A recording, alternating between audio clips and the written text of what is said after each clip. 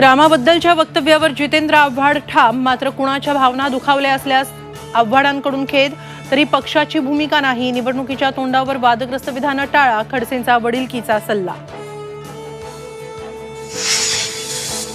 सामना आणि प्रवक्ते आता गप्प का? आव्हाडांच्या वक्तव्यावरून राम कदमांचा उद्धव ठाकरेंना सवाल. घाटकोपरमध्ये आव्हाडांविरोधात तक्रार, पुण्यातही भाजपचं आंदोलन, तर अयोध्येतील आचार्य परमहंस यांची आव्हाडांना जीवे मारण्याची धमकी. मराठा समाजातील सगळ्या सोयऱ्यांना आरक्षण देण्याचा शब्द पाळावा, तर फडणवीसांनी धनगर आरक्षणाचं आश्वासन पूर्ण करावं. पवारांची शिंदे फडणवीसांवर टीका. राज्यातल्या सर्व विभागीय आयुक्त आणि जिल्हाधिकाऱ्यांना मराठा समाजाच्या सर्वेक्षणाचे आदेश. 7 दिवसांत सर्वेक्षण पूर्ण करण्याच्या सूचना.